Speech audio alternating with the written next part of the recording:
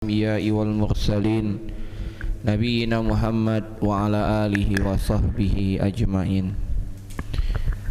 قال الله تعالى: يا أيها الذين آمنوا اتقوا الله حق تقاته ولا تموتن إلا وأنتم مسلمون.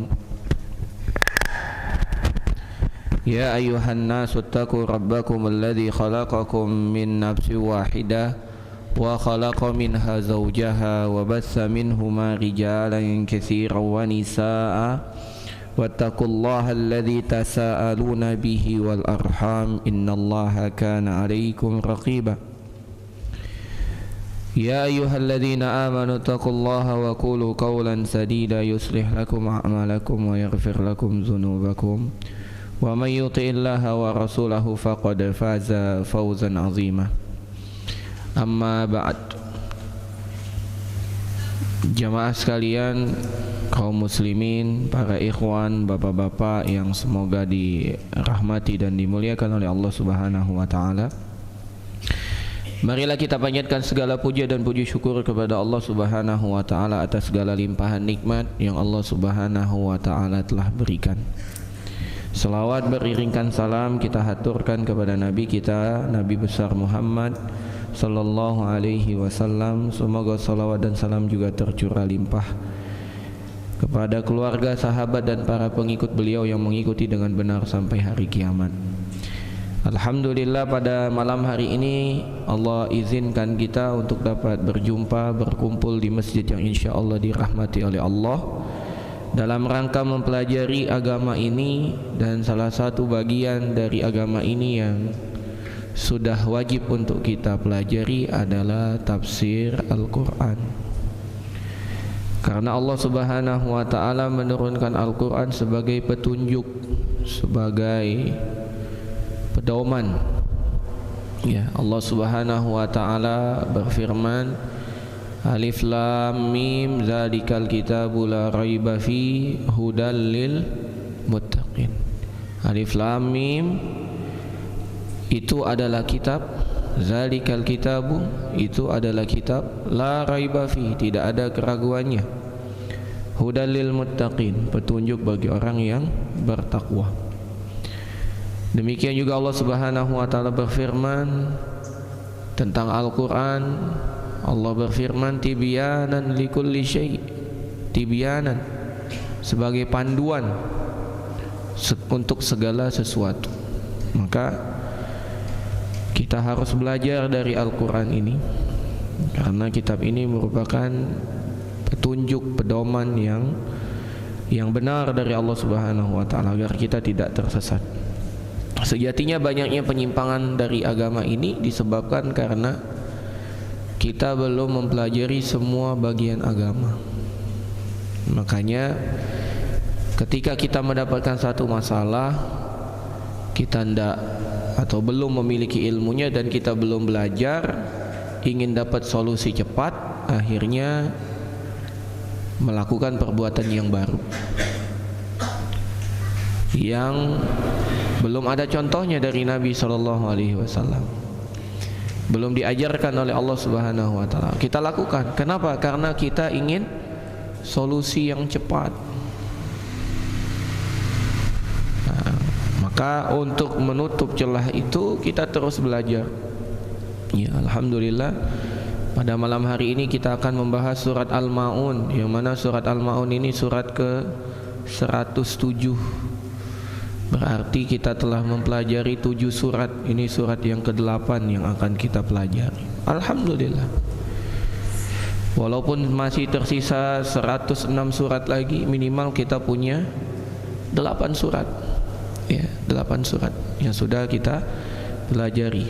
Alhamdulillah, dicicil. InsyaAllah bisa kita menyelesaikan semuanya. Sehingga ketika kita mempelajari Al-Quran ini, makin yakin kita bahwasanya kita ini di atas jalan yang benar. Kaum muslimin, bapak-bapak dan para ikhwan yang semoga dirahmati oleh Allah Subhanahu wa ta'ala, mari kita membaca surat Al-Ma'un. Al-Ma'un sendiri itu artinya adalah perkakas atau alat-alat yang berguna di dalam rumah tangga. seperti kapak, seperti ceret, seperti apa lagi? Ember. Nah, itu al-maun, ya, perkakas, alat-alat yang berguna. Loh, kok namanya itu, Ustaz? Nah, nanti kita pelajari, ya. Sekarang kita baca dulu surat Al-Maun. Ana baca seperti biasa, nanti bapak-bapak dan para ikhwan boleh mengikuti, ya. Kita baca. A'udzu billahi minasy syaithanir rajim.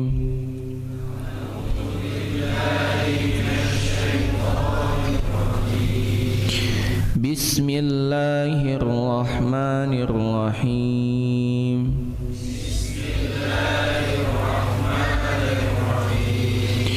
Ara'aita alladhi yukadzibu bid-din.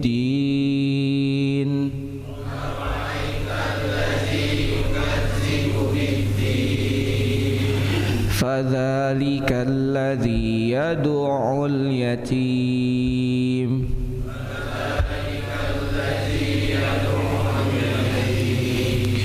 ولا يحض على طعام المسكين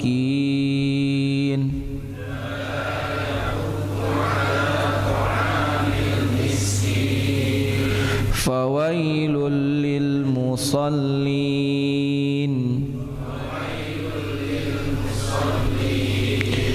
الذين هم عن صلاتهم ساهون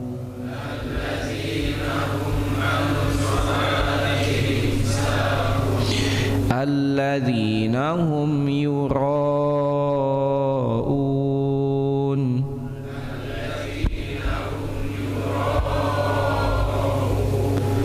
ويمنعون الماعون.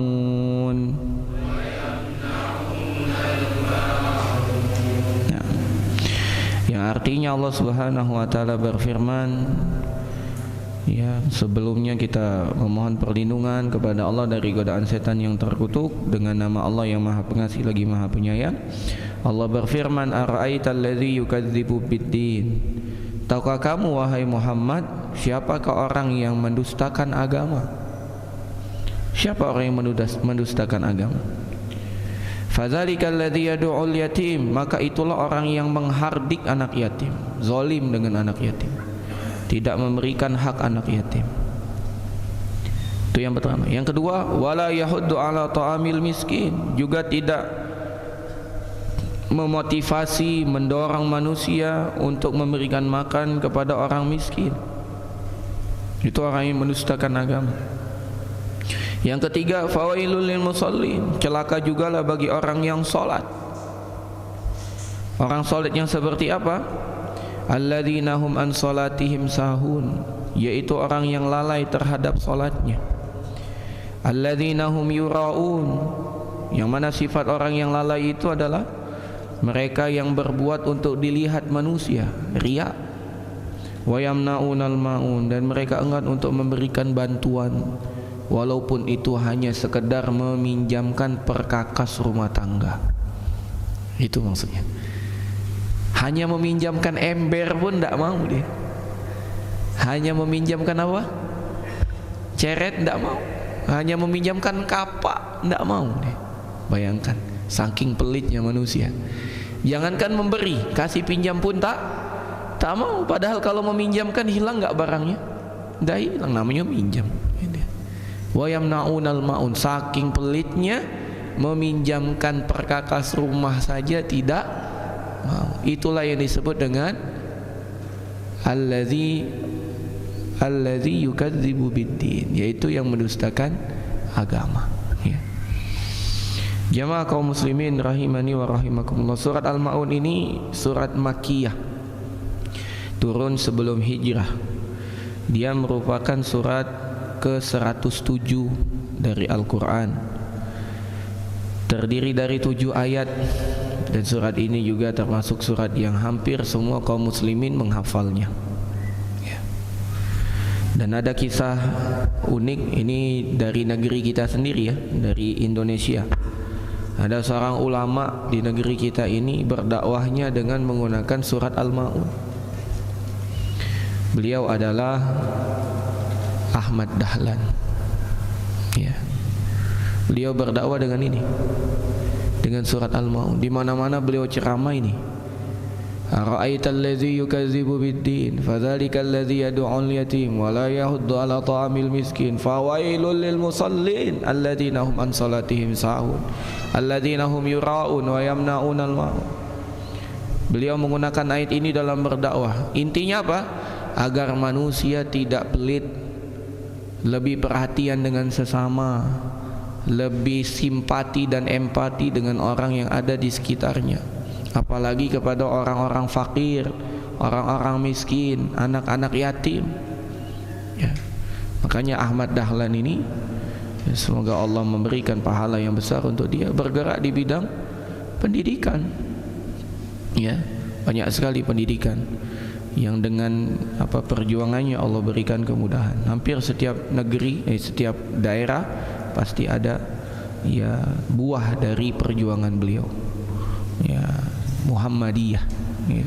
Hampir semua daerah itu ada sekolah kan. Muhammadiyah itu ada dua yang paling terkenal. Yang pertama sekolah, yang kedua rumah sakit. Ya, itu beliau berdakwah di awal itu tentang ini. Enggak orang memotivasi.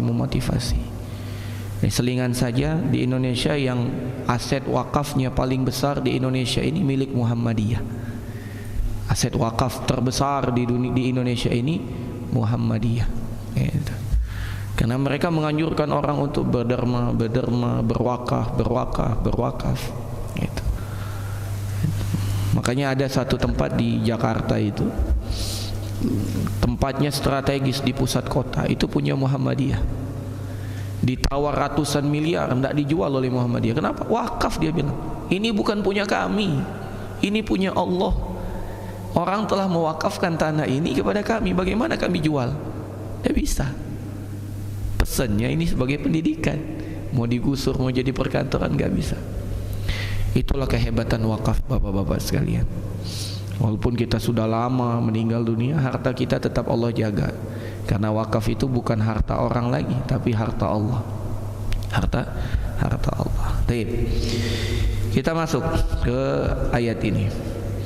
Allah Subhanahu wa taala berfirman, ara'aital ladzi yukadzibu bid-din. Wahai Muhammad, tidakkah engkau lihat siapakah orang yang mendustakan agama?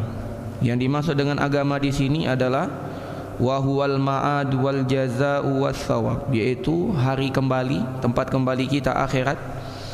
Yang kedua adalah balasan, yaitu balasan keburukan, was thawab, dan juga balasan pahala. Ini yang dimaksud dengan ad-din. Ad-din maknanya yang pertama agama, betul. Yang kedua adalah akhirat. Yang ketiga adalah balasan.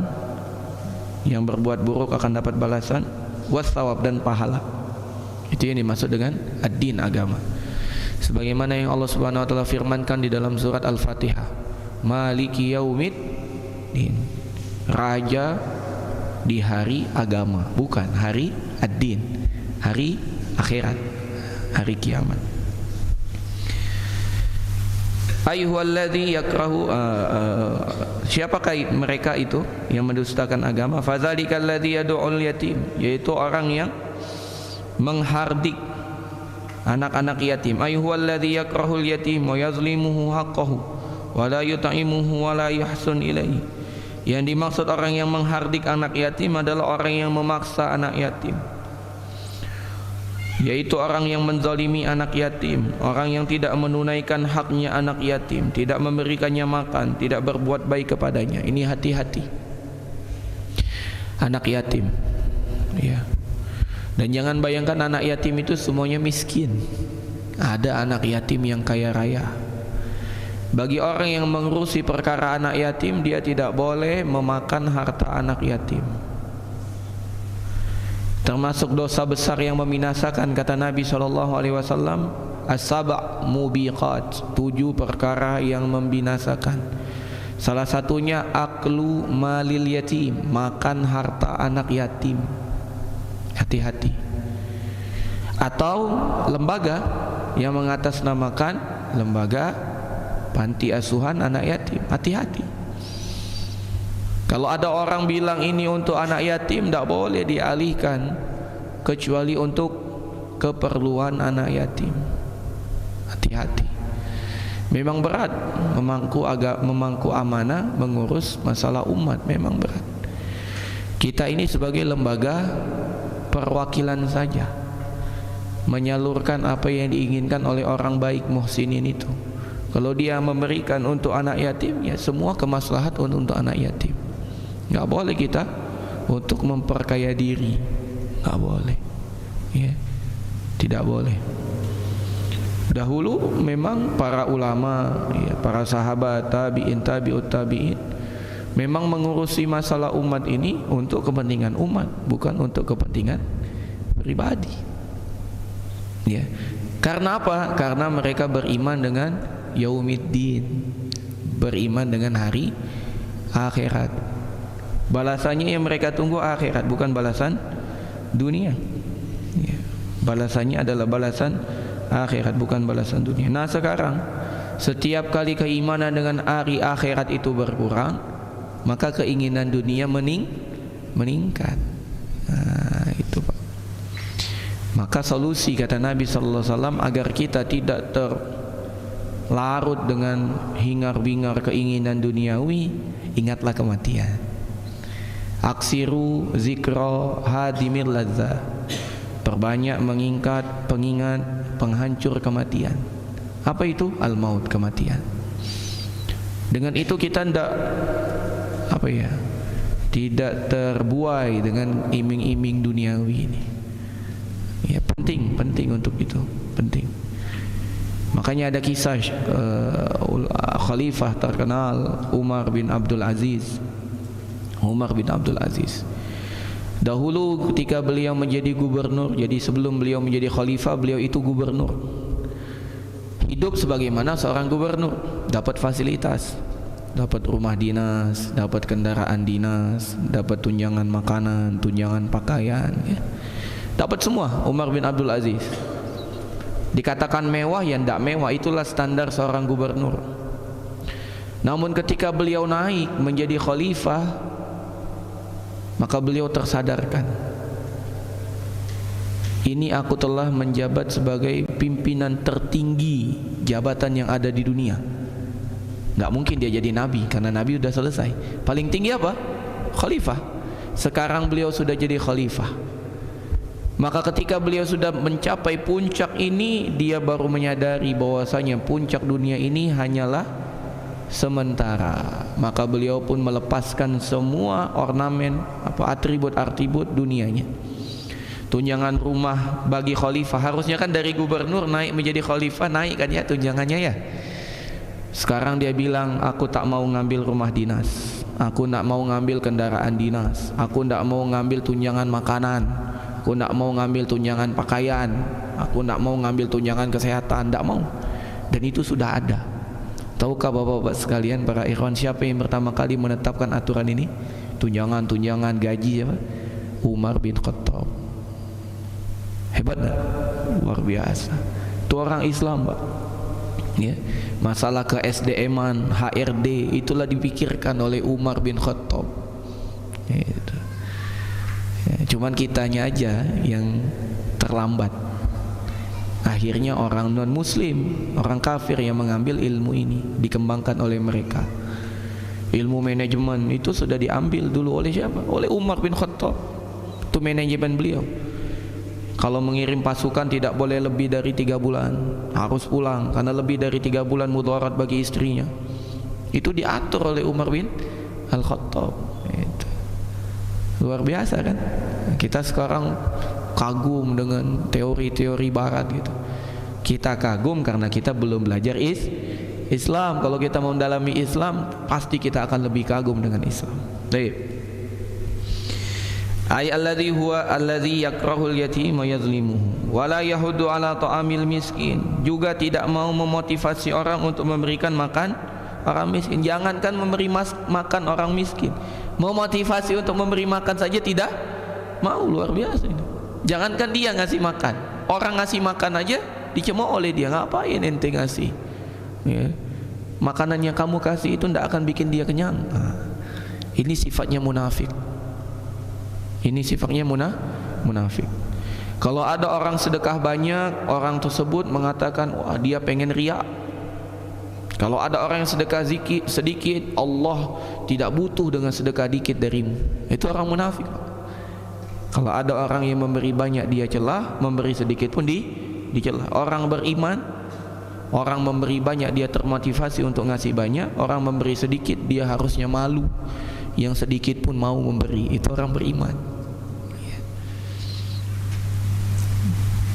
Dan ini sebagaimana firman Allah Subhanahu wa taala dalam ayatnya yang lain, kalla bal tukrimunal yatim wa la tahadduna ala ta'amil miskin. Kalla, sekali-kali tidak, bal la tukrimunal yatim, mereka itu kalian tidak memuliakan anak-anak yatim. Wa la tahadduna ala ta'amil miskin, juga tidak menganjurkan manusia untuk memberikan makan orang-orang miskin. Ya, sama seperti firman Allah nanti di dalam surat Al-Fajr. Yani al-faqir alladzi la syai'a lahu yaqumu bi awaddihi wa kifayatihi, yaitu orang miskin yang dimaksud adalah orang-orang fakir yang tidak mampu memenuhi kebutuhan hariannya. Jadi lafaz miskin, bapak-bapak sekalian, para ikhwan, kalau datang dalam sebuah ayat atau dalam sebuah hadis miskin, maka makna miskin itu terdiri dari dua makna, fakir dan miskin. Kalau bilang wala yahuddu ala ta'amil miskin, yang dimaksud miskin fakir dan miskin. Tapi kalau dalam ayat, dalam hadis terdapat kata al-fakir dan miskin, fakir miskin, maka makna fakir itu lebih miskin daripada miskin. Fakir dia tidak dapat memenuhi kebutuhan seharinya. Dia untuk memenuhi kebutuhan harinya dia harus bekerja, dan setelah bekerja pun tak terpenuhi, itu fakir. Kalau miskin, dia mampu memenuhi kebutuhan satu hari itu, namun untuk besok dia harus mikir lagi, makan apa ya saya besok, itu miskin. Orang kaya apa? Yang dapat memenuhi kebutuhan hari ini dan dia tidak mikir lagi untuk kebutuhan besok, itu kaya. Kita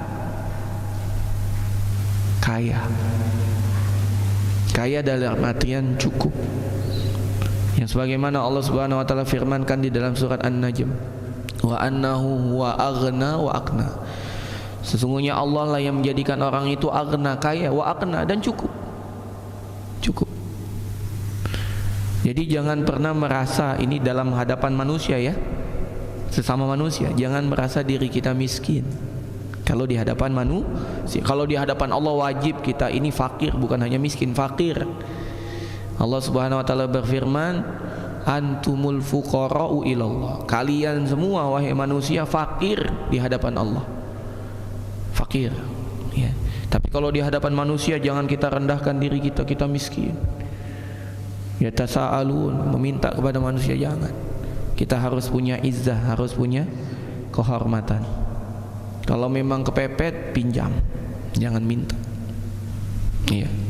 Karena minjam berbeda dengan minta. Walaupun lebih baik lagi kita bersabar sampai Allah Subhanahu wa taala berikan jalan keluar dari jalan yang tidak diduga-duga. Tidak diduga, ya Pak. Kalau diduga berarti belum, bukan itu. Karena Allah berfirman dalam surat At-Tahrim, ya, wa may yattaqillaha yaj'al lahu makhraja wa yarzuqhu min haitsu la yahtasib. Barang siapa yang bertakwa kepada Allah, maka Allah akan jadikan jalan keluar, dan Allah akan beri rezeki dari jalan yang tidak diduga. Kalau masih kita duga, oh nanti tanggal 1 gajian, bukan yang itu. Besok nanti dapat fee, jadi makelar dapat fee, itu bukan itu. Bukan. Betul-betul tidak diduga, jalannya pun bingung kita, gimana caranya. Tiba-tiba dapat, itu. Kita bertakwa kepada Allah Subhanahu wa taala, nanti Allah akan beri jalan keluar dan rezeki dari jalan yang tidak disangka-sangka. Selalu ingat ya Pak, ikhwan sekalian, tidak disangka. Kalau masih kita prediksi, bukan yang itu, berarti ada lagi, ya, ada lagi. Ada lagi. Jadi kita ini kaya sejatinya, Nabi SAW mengatakan, man asbaha minkum aminan fi sirbih mu'afan fi jasadih wa indahu qutu yaumihi faka'annama hizat lahu dunya bihazafiriha. Barang siapa di antara kalian mendapati pagi hari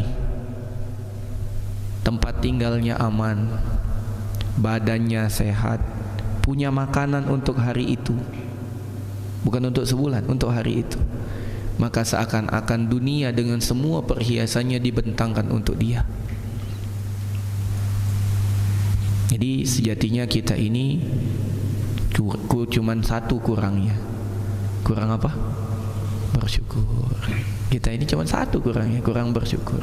Nikmat Allah banyak, cuman yang selalu menjadi tujuan kita nikmat harta saja. Padahal nikmat teman yang baik, nikmat dimudahkan ibadah, nikmat ketenangan, nikmat anak yang berbakti, nikmat teman-teman yang soleh, itu nikmat jauh lebih besar nilainya daripada uang. Walaupun kita semua suka uang, ya. Tidak ada di antara kita ini kecuali suka dengan uang, hubbul mal. Kata Nabi SAW, semua orang itu menjadi tua. Kalau tua lemah kecuali dua: cinta kepada kehidupan, cinta kepada harta. Ini tidak pernah tua, muda terus, ya. Makanya ada istilah di Indonesia ini, tua-tua makin tua. Sama ke cinta kepada harta.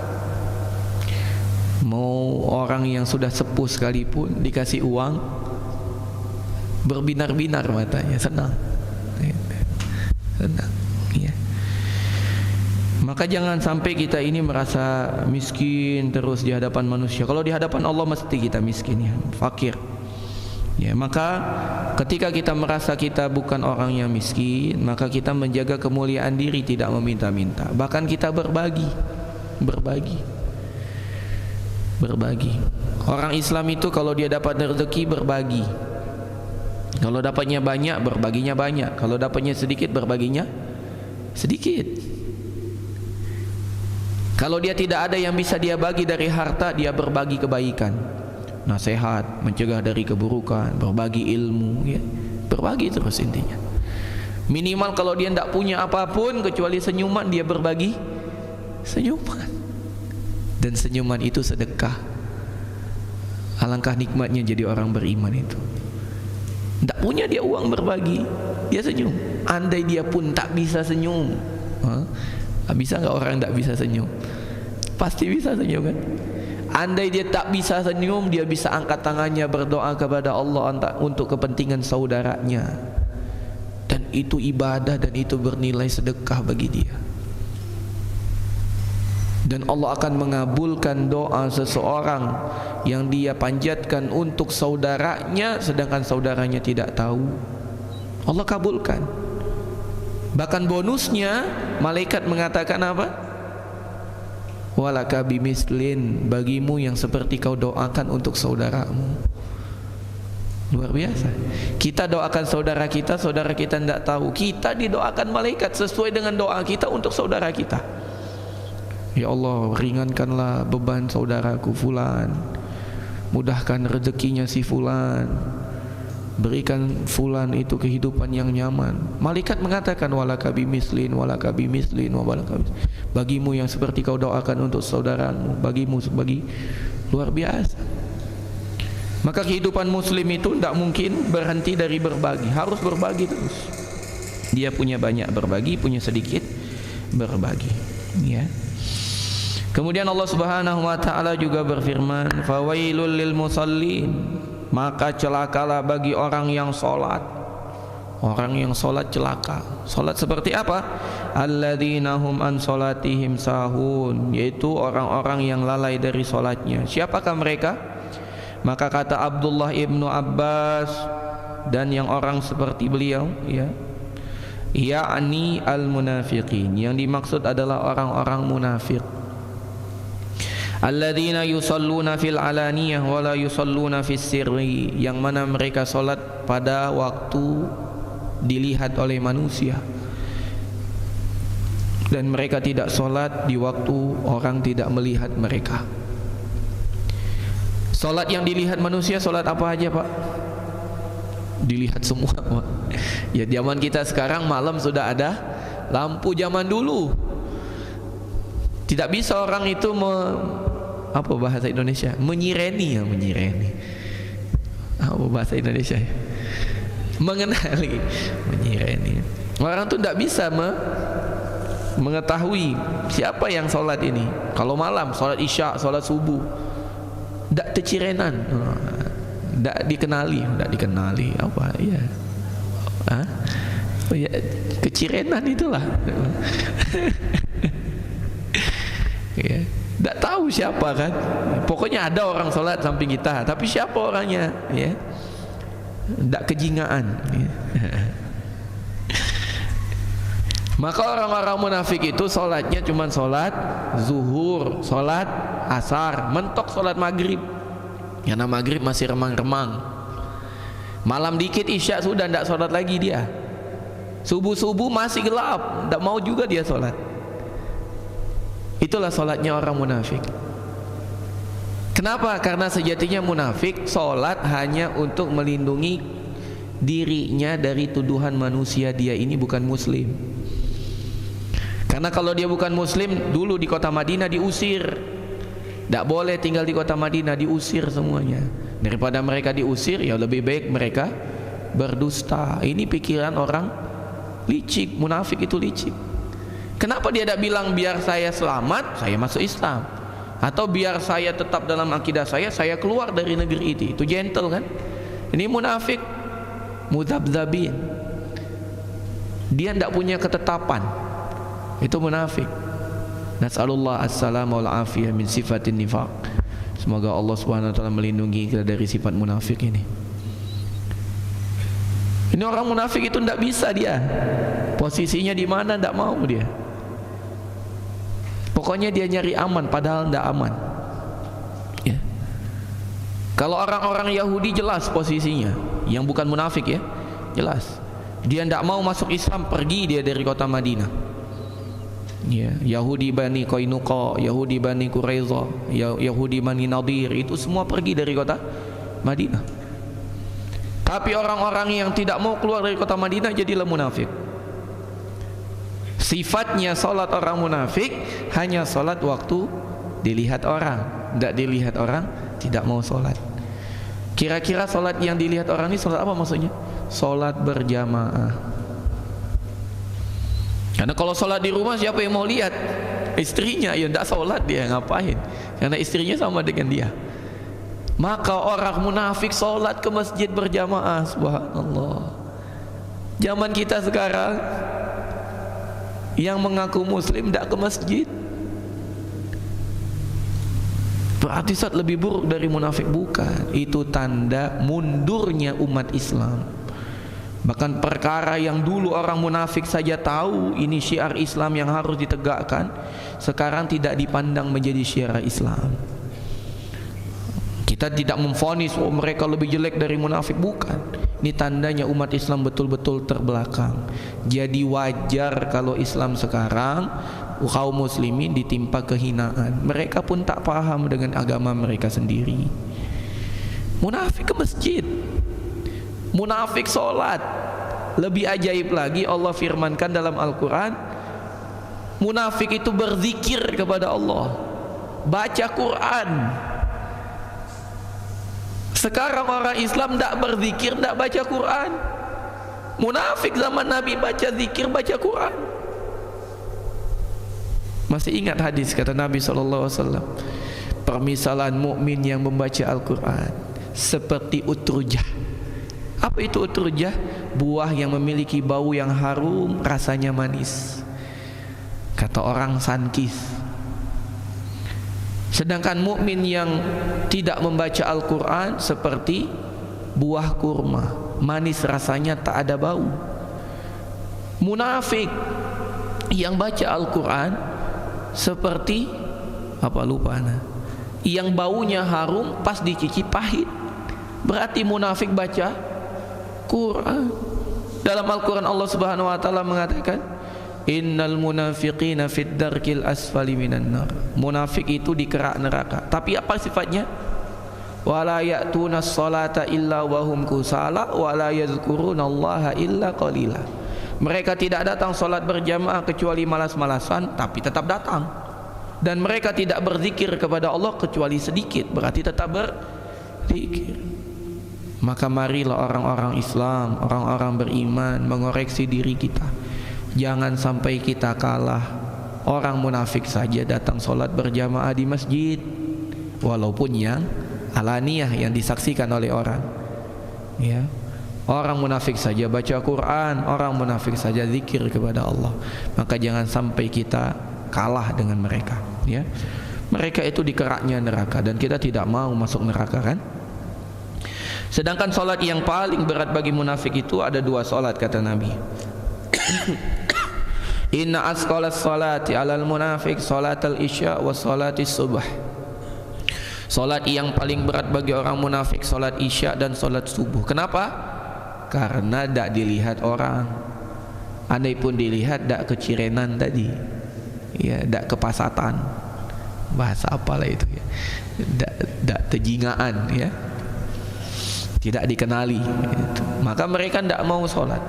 Kemudian Nabi SAW mengatakan, lau alimu ma fihi, kalau seandainya mereka tahu apa yang Allah janjikan dari ganjaran pahala yang ada pada solat isya dan solat subuh, la atauhuma walau habuan, pasti mereka akan mendatanginya walaupun harus merangkak dari rumahnya. Walaupun harus merangkak, mereka akan datang ke masjid. Kenapa? Maka mari kita lihat dalil-dalil tentang solat ini. Solat isya misalnya, barang siapa yang solat isya berjamaah bersama imam di masjid, maka dia mendapatkan pahala solat malam setengah malam. Setengah malam, seakan-akan dia solat malam setengah malam. Tapi barang siapa yang melanjutkannya dengan solat subuh berjamaah di masjid, maka Allah tetapkan pahala baginya solat semalam suntuk. 1. 2, kata Nabi SAW, sesungguhnya solat sunnah sebelum subuh, solat fajar itu, solat sunnah sebelum subuh, khairum minad dunya wa ma fiha, lebih baik daripada dunia dan seisinya. Itu solat sunnahnya. Pertanyaannya, Pak, lebih utama solat sunnah apa solat wajib? Solat sunnahnya saja lebih baik daripada dunia dan seisinya, bagaimana lagi dengan solat wajibnya? Maka wajar kalau Nabi mengatakan la atauhuma walau habuan, pasti mereka kalau mengetahui ganjaran pahala akan datang pada solat isya dan solat subuh itu walaupun harus dengan merangkak, ya. Kemudian di sini lil musallin, bagi orang-orang yang salat, alladzina hum min ahli sholati wa qad iltazamu biha summa hum anha sahun. Yang dimaksud musallin di sini adalah orang yang salat namun lalai, bukan orang yang tidak salat. Yang salat saja celaka kalau dia lalai, bagaimana lagi orang yang tidak salat? Imma an fi'liha bil kulliyah, bisa jadi dia lalai dari salatnya, meninggalkan secara keseluruhan, ya. Kama qala Ibnu Abbas, bagaimana dikatakan oleh Ibnu Abbas, wa imma min an fi'liha fi waqtil muqaddar laha syar'an fayahrujuha an waqtiha bil kulliyah. Atau dia karena menunda sampai akhirnya sholat di akhir waktunya atau keluar waktunya. Tunda-tunda sholat zuhur, tiba-tiba sudah waktu asar, sholat dia sholat zuhur di waktu asar. Tunda sholat asar, dia sholat asar di waktu maghrib. Nah, itu celaka kalau dia tunda-tunda terus. Cuman anehnya jamaah sekalian, ada satu kelompok, satu sekte yang mengaku Islam, solatnya seperti itu. Solatnya seperti itu. Mereka tidak mau solat zuhur, solat asar kecuali di akhir waktu, mepet solat maghrib. Dan itu menjadi keyakinan mereka, solat, ya. Itu ada sekte, sesat jelas. Karena Nabi mengatakan, kata Allah Subhanahu Wa Taala mengatakan celaka. Mereka mau solat orang yang celaka itu di akhir. Makanya ada, biasanya ciri mereka sholatnya harus bawa batu atau tanah yang ditaruh di tempat sujud, mereka sujud di atas batu atau tanah itu. Itu ada kelompok atau sekte itu, Nah, kalau kita lihat menjelang waktu maghrib sibuk dia sholat, ya, 4 rakaat itu dia sholat zuhur, sholat asar. Memang begitu akidah mereka. Ya. Maka masalah tentang sahun orang yang lalai ini banyak sekali pendapat dari para ulama. Yang pertama, ta'khirus shalah an waqtiha. Yang dimaksud sahun di sini adalah dia menunda waktu sholat sampai di akhir waktunya. Ya. Dia tunda tanpa ada alasan yang jelas. Karena menunda waktu solat boleh kalau ada alasan yang jelas. Contoh, solat zuhur. Ketika itu Bilal bin Rabah ingin azan. Kata Nabi SAW, abrid ya Bilal, tunggu sebentar wahai Bilal, masih panas sekali. Kemudian Bilal lagi mau azan, dilihat Rasul masih panas, abrid ya Bilal, tunggu Bilal, tunggu dingin lagi. Kemudian kali ketiga Bilal mau azan, abrid ya Bilal, tunggu Bilal, masih panas. Baru setelah itu Bilal azan. Artinya boleh menunda waktu zuhur kalau memang panasnya sangat terik. Boleh. Karena apabila orang sholat dalam kondisi panas yang sangat terik, bisa jadi dia tidak khusyuk sholatnya. Padahal khusyuk dalam sholat itu merupakan tujuan dari sholat. Boleh menunda untuk sholat zuhur. Ini berlaku sampai hari kiamat. Kalau kita merasakan yang panas boleh menunda. Demikian juga sholat isya. Nabi SAW pernah sholat isya, sedangkan jamaah kaum muslimin saat itu menunggu di masjid. Sampai di antara mereka ada yang mendengkur. Bahasa Indonesianya apa? Ngorok ya. Mendengkur itu bahasa Indonesia. Mengorok bahasa apa? Hah? Bahasa Prabu Muli ya. Mengorok ya. Saking lama menunggu. Kemudian Nabi SAW keluar dari rumahnya mengimami manusia. Kemudian Nabi mengatakan, kalau seandainya aku tidak khawatir memberatkan kalian, inilah waktu isya yang utama, sekitar jam 10-an gitu. Cuman kalau kita sholat isya jam 10-an, mungkin tidak ada lagi jamaahnya. Gitu. Itu tanda Nabi SAW sayang dengan kita. Begitu ya. Jadi boleh menunda kalau ada hal yang jelas. Dan makna tidak menunda ini bukan berarti begitu azan langsung qomat, enggak juga, karena itu bukan praktek Nabi.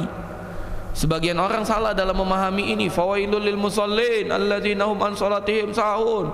Selesai la ilaha illallah, Allahu akbar, Allahu akbar. Bukan begitu. Bukan. Karena biasanya Nabi SAW memberikan jarak. Seorang sahabat bertanya, bagaimana jarak antara azannya Nabi dengan iqamahnya Nabi? Maka sahabat menjawab, kira-kira bacaan 50 ayat. Sekitar 1/4 jam lah, 10 sampai 15 menit. Karena azan itu pengingat kepada manusia masuknya waktu sholat. Dan betapa banyak manusia lupa dengan masuknya waktu sholat kecuali mendengar azan. Maka ketika azan berkumandang, dia baru bergegas. Kalau dia buka toko, dia harus tutup tokonya dulu. Kalau dia lagi di ladang, dia harus tutup pacul. Letakkan paculnya dulu. Dia harus cuci semua badannya dulu, hilangkan noda-noda, ganti pakaian, baru ke masjid. Gimana ini terjadi kalau seandainya orang azan langsung qomat? Siapa jadi jamaah? Nggak ada jamaahnya gitu. Nah, cuman para ulama juga mengatakan kecuali sholat maghrib jangan diberikan jeda yang panjang, karena waktu maghrib itu singkat. Artinya yang disebut lalai di sini bukan berarti tidak boleh sama sekali menunda. Dan itu bukan termasuk menunda, memberikan jarak itu bukan termasuk menunda. Bahkan memberikan waktu kepada kaum muslimin bersiap-siap mendatangi sholat berjamaah.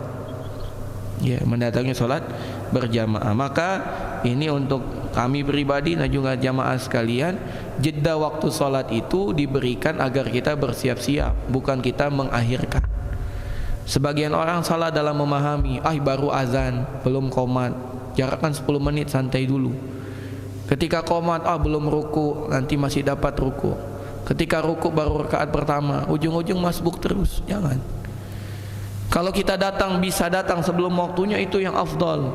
Kalau kita datang sebelum waktunya, malaikat mengatakan kepada orang yang menunggu waktu sholat, ya Allah, naikkan derajat fulan, ya Allah, hapuskan dosa fulan. Sambil nunggu itu, makin lama nunggu makin banyak doa malaikat.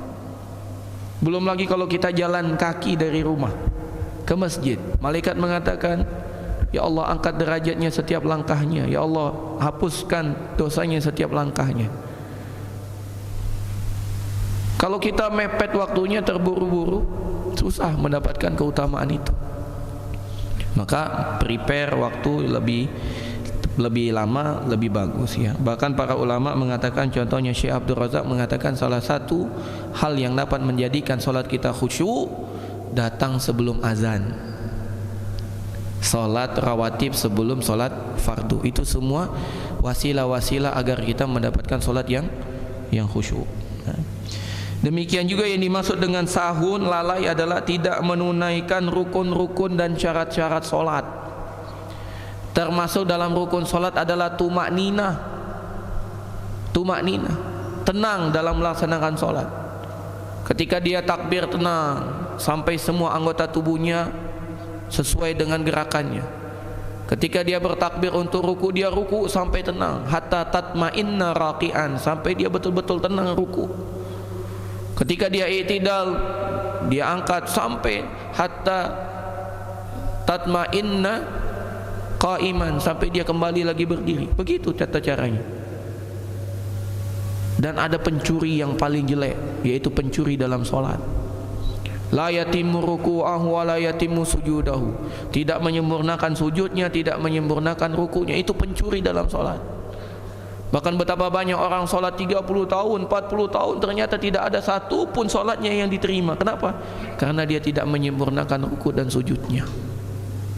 Ini termasuk fawailul lil musalli. Termasuk juga tidak mengetahui syarat-syaratnya solat. Ya. Salah satu praktek Rasul sallallahu alaihi wasallam ketika beliau solat itu meletakkan apa? Sutrah. Kita juga harus memperhatikan sutrah ini. Jangan kita sutrah solatnya di depan pintu masuk tanpa sutrah. Gimana? Orang mau lewat susah, orang yang lewat berdosa, kita solat juga nggak khusyuk. Maka pilihlah tempat yang aman untuk kita solat. Jangan sampai ya tidak pakai sutrah. Karena itu termasuk kelalaian dalam solat. Ya. Termasuk kelalaian saat solat, dia tetap melaksanakan solat sunnah walaupun imam telah takbir, walaupun iqamah telah dikumandangkan. Ini lalai. Karena Nabi SAW mengatakan tidak ada solat kecuali solat fardu ketika ditegakkan iqamat. Idza uqimatis shalah fala sholata illal maktubah. Kalau qomat telah ditegakkan maka tidak ada solat kecuali solat fardu. Kecuali dia tinggal sedikit. Qomat dia tahiyat akhir, ya selesaikan tahiyatnya. Orang qomat dia baru rakaat pertama, dia teruskan, ini sahun. Ini orang lalai. Hati-hati.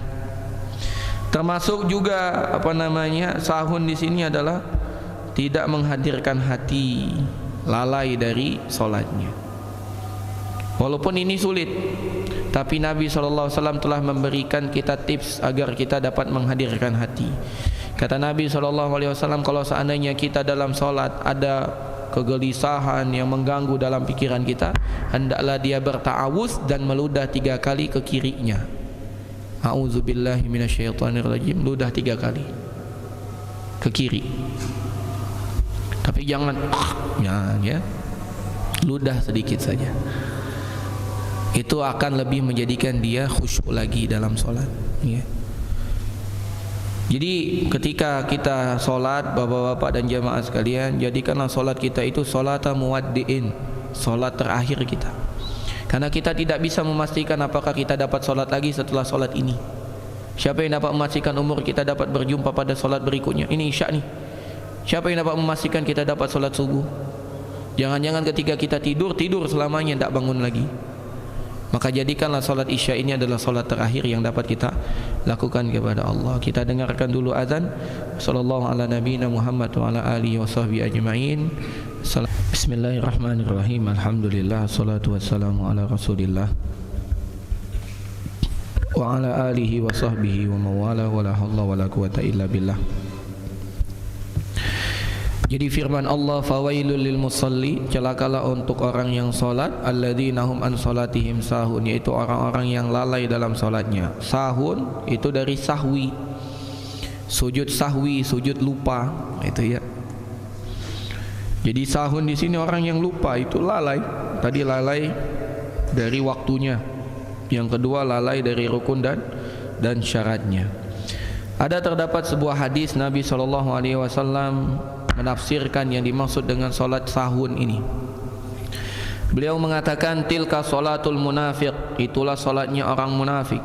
Yajlisu yarkubu syamsa hatta idza kanat baina qarnai syaitan qama fanaqaraha arba'an la yadhkurullaha fiha illa qalila.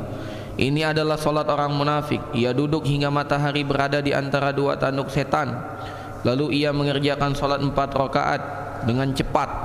Ia hanya mengingat Allah dalam waktu yang sangat sedikit. Jadi sengaja mengakhirkan waktunya. Ini orang yang sahun ini, dan ini sifat munafik. Dia sengaja tidak sholat, dia tunda sampai di akhir waktu matahari mau tenggelam. Yang kata Nabi SAW, hina tulu'i syams wa ghurubiha, setiap kali matahari terbit dan setiap kali matahari terbenam, itu berada di dua tanduk setan, bainal qarnai syaitan. Itu waktu di mana setan mengeluarkan tanduknya. Artinya disitulah waktu-waktu terlarang untuk kita sholat.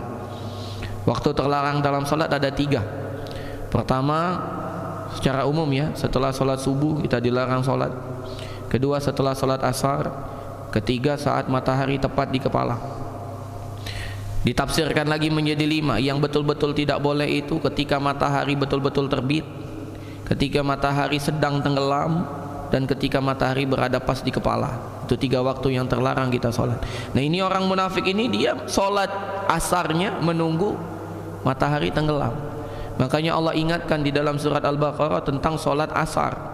Kata Allah Subhanahu wa ta'ala, hafizu ala sholawati was sholatil wusta wa qumu lillahi qanitin. Hafizu, jagalah terus as-sholawat, sholat-sholat, terutama sholat wusta. Apa sholat wusta?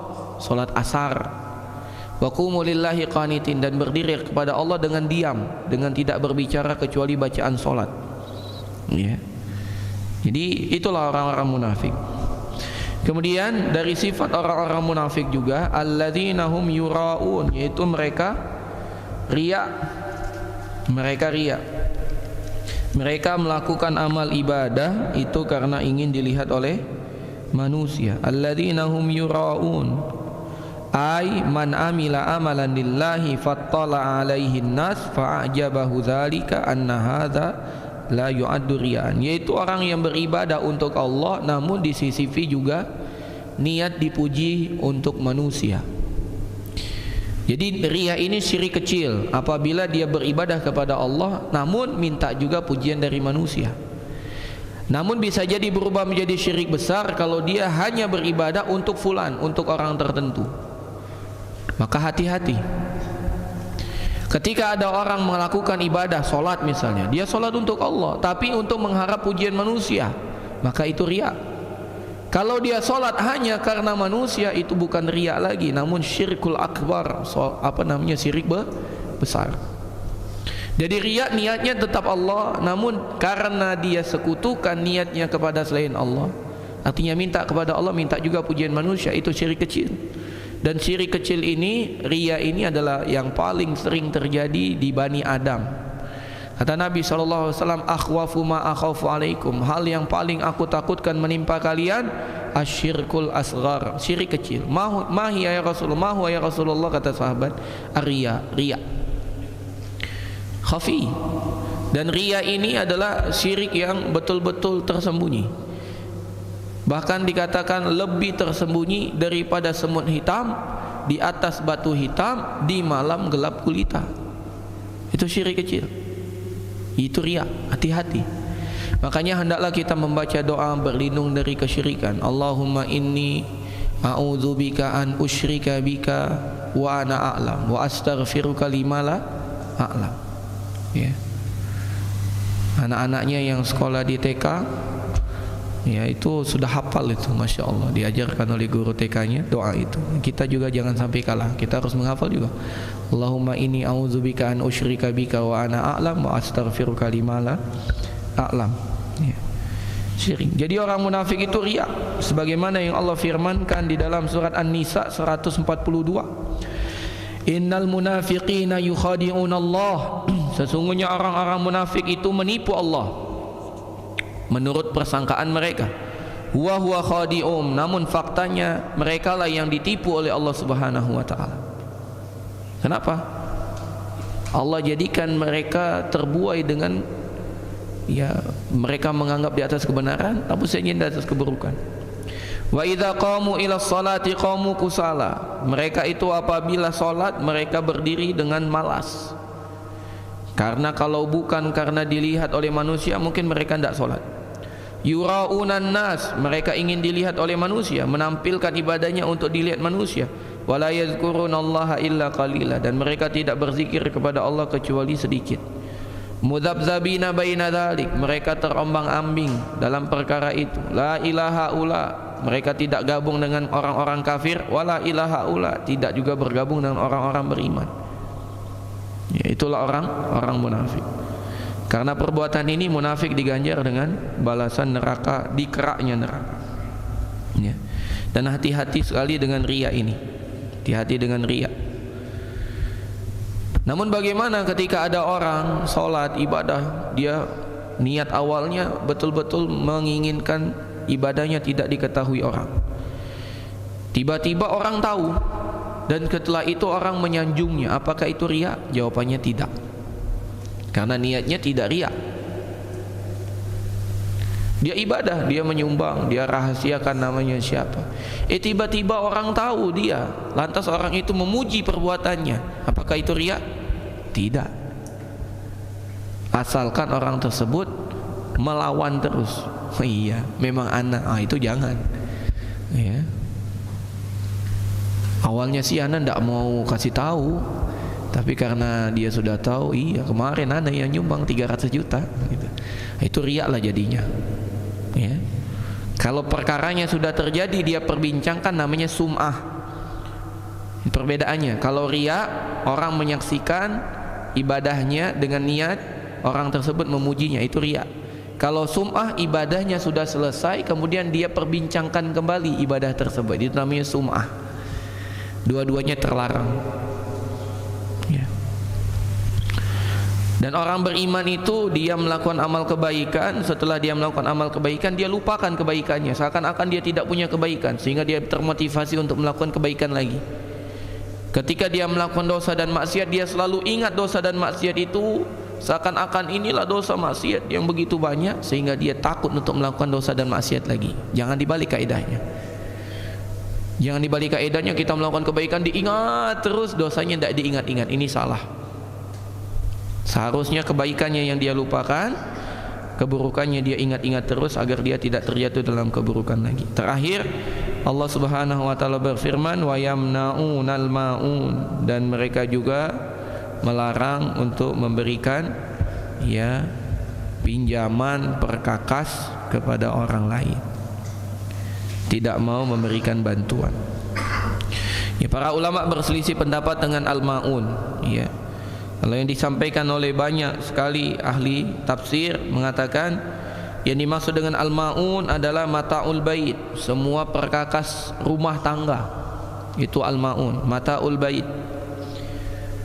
Dari kursinya, dari pancinya, kualinya, embernya, semuanya. Kemudian ulama yang lain mengatakan ariyatud dalwi wal qidar, yang dimaksud dengan al-ma'un adalah barang-barang yang dipinjamkan, seperti ember, kendi, ceret. Ada yang lagi mengatakan al-ma'un manfaat. Al-ma'un disebut al-ma'un adalah semua yang bermanfaat. Namun inti dari segala itu bahwasannya wa yamna'unal ma'un, orang-orang tersebut tidak mau memberikan kebaikan kepada orang, baik dengan cara memberikannya langsung barang yang berupa manfaat ataupun hanya meminjamkan perkakas-perkakas rumah tangga. Saking pelitnya orang-orang tersebut. Dan orang inilah yang dikenal dengan orang-orang yang mendustakan agama, dan ini merupakan sifat-sifat orang munafik. Jamaah sekalian rahimani wa rahimakumullah, haruslah kita banyak takut kepada Allah. Jangan-jangan di dalam diri kita ada sifat kemunafikan. Pernah suatu hari Umar bin Al-Khattab datang kepada Khuzaifah ibnul Yaman. Jadi ada seorang sahabat yang memiliki gelar, ada gelarnya. Kalau Umar apa gelarnya? Al-Faruq. Al-Faruq. Apa arti Al-Faruq? Yang membedakan antara kebenaran dan kebatilan. Itu Umar. Ada sahabat yang dikenal dengan As-Siddiq. Siapa? Abu Bakar. Karena dia betul-betul membenarkan Nabi SAW. Pertama kali membenarkan. Jadi orang yang pertama kali beriman kepada Nabi itu diselisihkan para ulama. Namun yang paling bagus kita sebut dari golongan laki-laki dewasa, Abu Bakar As-Siddiq. Dari golongan wanita, Khadijah bintu Khuwailid. Dari golongan anak-anak, Ali bin Abi Thalib. Dari golongan budak, Zaid bin Harisah. Ya. Ini yang paling baik kita sebut. Nah, maka disebut As-Siddiq karena beliau termasuk orang yang pertama membenarkan Nabi. Termasuk kejadian yang paling fenomenal yang menyebabkan beliau makin kokoh dengan As-Siddiq, kejadian Isra dan Mi'raj. Saat itu beliau mengatakan ketika orang-orang Quraisy datang menemui Abu Bakar, "Wahai Abu Bakar, temanmu makin gila. Istrinya meninggal, pamannya meninggal. Sekarang dia mengaku untuk apa? Mengaku bahwasanya dia datang ke Baitul Maqdis di Palestina, bahkan dia naik ke langit. Temanmu makin gila." Apa jawaban Abu Bakar As-Siddiq? "Kalau seandainya apa yang disebutkan olehmu tadi keluar dari mulut Muhammad, lebih dahsyat dari itu pun aku mengimaninya." Lihat, ini orang cerdas ngomongnya gitu. Tidak mendustakan, tidak juga membenarkan langsung, tapi memberikan syarat. Kalau seandainya yang kau katakan itu betul keluar dari mulutnya Muhammad, jangankan yang seperti itu, lebih aneh dari itu pun aku percaya. Itu kan kalimat yang sangat teliti. Dan ternyata memang para ulama tuh ngomongnya teliti. Contohnya Imam Asy-Syafi'i. Imam Asy-Syafi'i kan berpendapat banyak kan, sampai jadi mazhab kan, mazhab Syafi'i. Apakah semua pendapat Imam Asy-Syafi'i itu benar?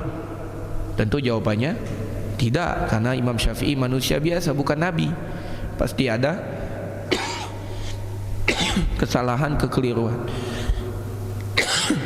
Namun hebatnya Imam Syafi'i telah memberikan haluan. Apa kata Imam Syafi'i? "Idza wajadtum qauli yukhaliful kitab wa sunnah fadribuhu ardul haid." Kalau kalian mendapati pendapatku berselisih dengan Al-Quran dan As-Sunnah, buang pendapatku. Itu Imam Syafi'i. Kalau engkau temui pendapatku berselisih dengan Al-Quran dan Sunnah, buang pendapatku. Kan hebat nih Imam Syafi'i. Beliau memagari pendapatnya, jangan sampai pendapatnya berselisih dengan Al-Quran dan As-Sunnah. Tinggal kita yang sekarang belajar, yang mana, oh ini pendapat benar kita pakai, ini pendapat tidak sesuai dengan Al-Quran dan Sunnah. Bukan kita merendahkan Imam Syafi'i, kita muliakan Imam Syafi'i, karena Imam Syafi'i telah mengatakan, jika pendapatku berselisih dengan Al-Quran dan Sunnah, jangan pakai pendapatku. Ya. Kemudian ada sahabat yang mendapatkan gelar Shahibus Sir.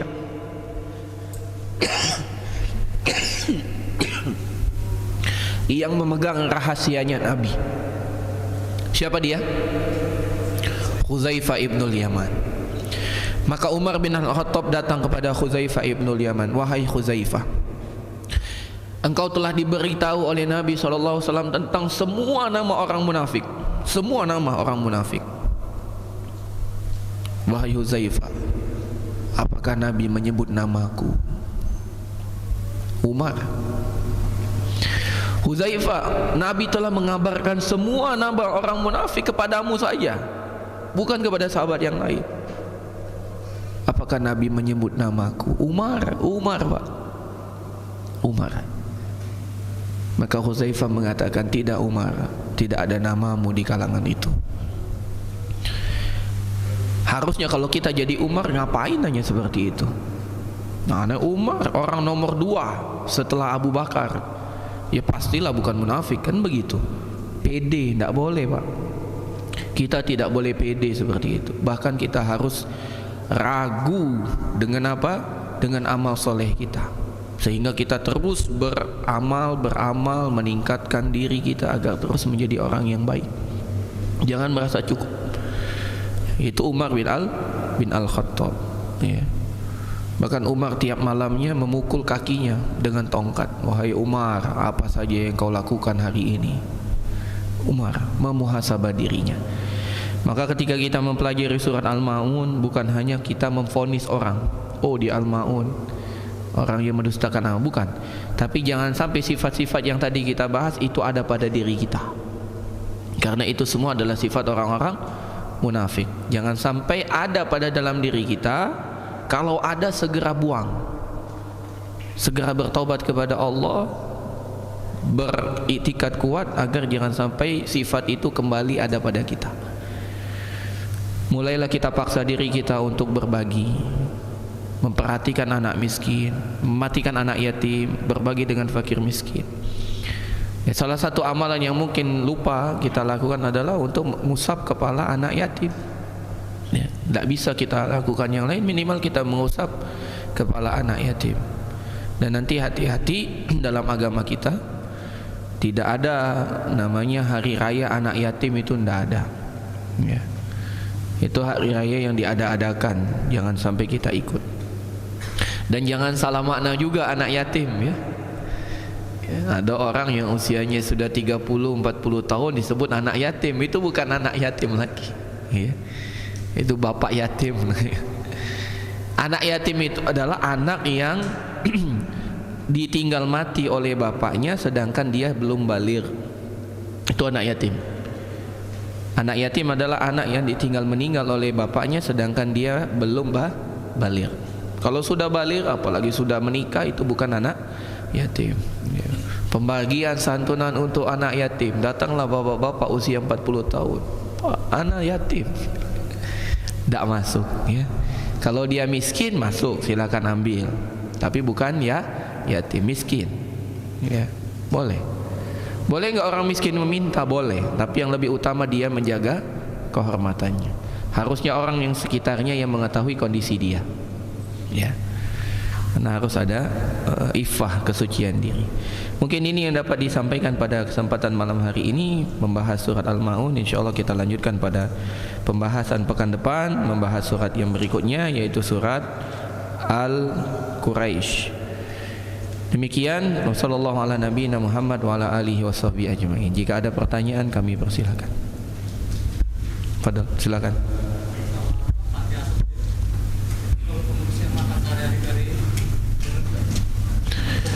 Iya. Wallahu a'lam bishawab. Dalam Al-Qur'an Allah Subhanahu wa taala mengatakan dalam surat An-Nisa, ya, Allah Subhanahu wa taala mengatakan, kalau memang dia makan dari harta anak yatim tersebut dengan cara yang ma'ruf, karena dia kebutuhan dia makan, bukan untuk kemewah-mewahan, maka boleh. Ingat, bukan kemewah-mewahan. Anak yatim dikasih lauknya tahu tempe, yang ngurus anak yatim makannya ayam, ini tidak boleh. Kalau anak yatim makan tahu tempe, yang ngurus yang makan tahu tempe juga. Kalau mau makan ayam, semua makan ayam. Anak yatim diberikan pakaian misalnya harga 50, yang punya harga 300, tidak boleh. Kalau 300 semua, kalau 50 semua. Bahkan kita tidak boleh berlebih-lebihan dalam memanfaatkan harta anak yatim, tidak boleh. Kalau standar baju itu 50, tidak boleh kita beli 300, karena itu berlebih-lebihan, tidak boleh. Kalau makan sehari itu cukup dengan satu menu ayam, satu menu tempe, satu menu tahu, cukup. Tidak boleh 3 kali makan semuanya ayam, gitu. Ya, ini begitu. Dan lebih utama adalah dia tidak makan harta tersebut. Ya. Kalau seandainya dia harus makan dari harta tersebut, maka makan dengan cara yang ma'ruf. Makan dengan cara yang ma'ruf, bukan untuk memperkaya dirinya sendiri. Ya. Makanya dalam Al-Quran itu, kalau seandainya kita tidak bisa untuk tidak makan harta anak yatim itu, apalagi anak yatimnya perempuan, takutnya kita tidak adil, maka nikahi saja. Fankihu ma taba lakum minan nisa'i masna wa sulasa wa ruba. Yang dimaksud di situ anak yatim. Kalau seandainya kita mengurusi anak yatim, kemudian kita takut makan harta mereka, nikahi saja. Nah, kalau sudah hubungan suami istri, beda lagi hukumnya, kan. Wallahu a'lam bishawab. Jadi bagi pengurus panti asuhan untuk betul-betul menjaga amanah, Andaipun dia makan harta tersebut, hendaklah dia makan dengan cara yang benar, bukan untuk memperkaya dirinya sendiri. Wallahu a'lam bishawab. Ya Allah berfirman, wa in khiftum alla tuqsitu fil yatama, jika kalian takut tidak adil kepada anak-anak yatim, fangkihu, nikailah, ma tabalakum minan nisa, dari wanita-wanita yang kamu sukai, masna wa sulasa wa ruba, 2, 3 atau 4. Fa in khiftum alla ta'dilu, tapi kalau kalian takut tidak adil, fawahidah, cukup 1. Ya. Wallahu a'lam bishawab. Atau ayat sebelumnya juga mengatakan, wala ta'kulu amwalahum ila amwalikum, jangan makan harta mereka untuk kalian masukkan ke dalam harta kalian. Innahu kana huban kabir, itu dosa besar. Kita sudah cukup, sejatinya kita punya pendapatan lain. Cuma sengaja untuk menumpuk harta anak yatim agar kita makin kaya, tidak boleh, haram. Ya. Jadi kalau kita membuka lembaga pondok yatim misalnya begitu, bukan dalam rangka untuk memakmurkan diri kita, bukan. Kita makan semakrufnya kita, secukupnya yang kita butuhkan. Ya, wallahu a'lam bishawab. Ada lagi?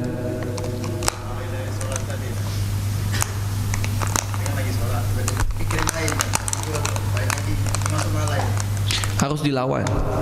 Harus dilawan. Karena memang dalam sholat itu ada setan, namanya khinzib kalau tidak salah. Fungsinya itu mengingatkan perkara-perkara yang kita tidak ingat sebetulnya.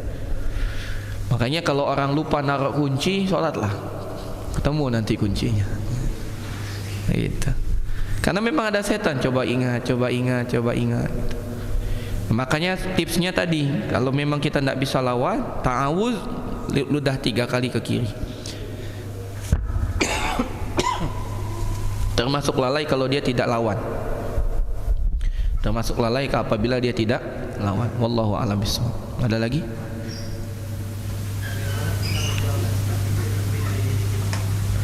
Bagaimana menjauhkan sifat kikir? Insyaallah, barakallahu fiik. Caranya adalah dengan memaksa. Kata Nabi SAW, innamal ilmu bitta'allum wa innamal hilmu bittahallum. Ilmu itu diperoleh dengan cara berusaha belajar, sedangkan hilm, adab, itu diperoleh dengan cara memaksa diri untuk beradab. Termasuk juga masalah kikir. Bagaimana cara kita menghilangkan sifat kikir? Dengan memaksa diri kita sedekah, dengan cara memaksa diri kita untuk berbagi. Begitu timbul rasa pelit, nah disitulah kita paksa untuk berbagi, sedikit, sekecil apapun. Nanti lama-lama kita lawan, akhirnya kalah. Tuh, jangan pernah diikuti. Kalau kita ikuti, tidak menang-menang, kita harus dilawan. Begitu juga rasa pengecut. Kikir dengan pengecut itu bergandengan. Biasanya kalau orang kikir pasti pengecut. Gitu. Kalau orang pengecut pasti kikir biasanya. Maka kita harus lawan. Pengecut misalnya, di hadapan kita ada musuh, jangan lari, harus lawan. Walaupun mungkin gentar, kuatkan. Allah akan menolong kita. In tansurullaha yansurkum. Jangan takut. Iya. Allah akan kuat. Harus dilatih. Begitu juga dengan kikir, harus dilawan. Yang kedua dengan berdoa kepada Allah. Berdoa kepada Allah. Allahumma inni a'udzubika minal bukhli. Allahumma inni a'udzubika minal kasali. Ya, apa doanya? Allahumma inni a'udzubika minal bukhli wal jubni. Ya, aku berlindung kepadamu ya Allah dari kebakhilan dan pengecut, dari kemalasan. Ada doanya, lupa apa ya? Siapa yang bisa bantu? Allahumma inni a'udzubika min hadzihil arba', itu dalam riwayat yang lain. Ya Allah, aku berlindung kepadamu dari 4 hal tersebut, yaitu pemalas, pengecut, bakhil. Ya. Satu lagi apa? Lupa. Siapa? Hutang. Ya. Itu kita berlindung kepada Allah, berdoa. Jadi berdoa latihan, berdoa latihan, berdoa latihan. Nanti Allah kuatkan. Sebagaimana dalam hadis, man yatasabbar yusabbiruhullah. Barang siapa yang berusaha sabar, Allah akan jadikan dia sabar. Barang siapa yang ingin menghilangkan kekikiran dalam dirinya, pasti Allah akan hilangkan kekirian dari dirinya. Hadis yang lain Nabi bersabda, in tasduqillaha yasduqka, kalau engkau betul-betul jujur, Allah akan penuhi apa yang engkau telah niatkan. Wallahu a'lam bishawab. Ada lagi? Alhamdulillah, cukup. Mungkin ini yang dapat disampaikan, lebih dan kurang kami mohon maaf, kepada Allah kami mohon ampun. Semoga Allah limpahkan kepada jamaah sekalian kesehatan, keberkahan, ilmu yang bermanfaat yang dapat mewariskan amal soleh. Semoga Allah Subhanahu wa taala lipat gandakan semua ganjaran pahala untuk jamaah sekalian, dan Allah mudahkan langkah kita untuk istiqomah di atas jalan agama ini. Sungguhnya Allah Subhanahu wa taala satu-satunya tempat kita memohon. Kita tutup dengan doa kafaratul majlis. Subhanakallahumma wa bihamdika asyhadu an la ilaha illa anta astaghfiruka wa atubu ilaik. Assalamualaikum warahmatullahi wabarakatuh.